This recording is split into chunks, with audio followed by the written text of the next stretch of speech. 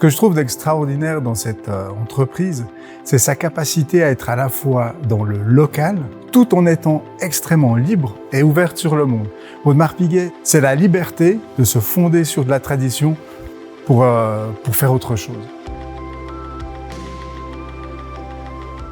Audemars Piguet a été créé en 1875, au moment où l'industrie horlogère commençait à se mécaniser. Et puis les deux fondateurs ont décidé qu'eux souhaitaient cultiver les savoir-faire traditionnels qui ont développé l'horlogerie à la Vallée de Joux depuis le XVIIe, XVIIIe siècle. C'est la Rome, c'est la Mecque des complications. Presque toutes les montres qui contiennent des mouvements ultra compliqués ont été conçues, du moins pour leur mécanisme, ici.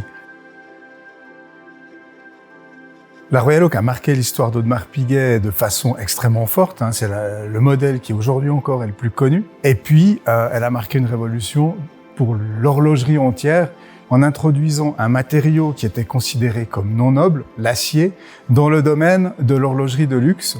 C'est la montre sans cravate.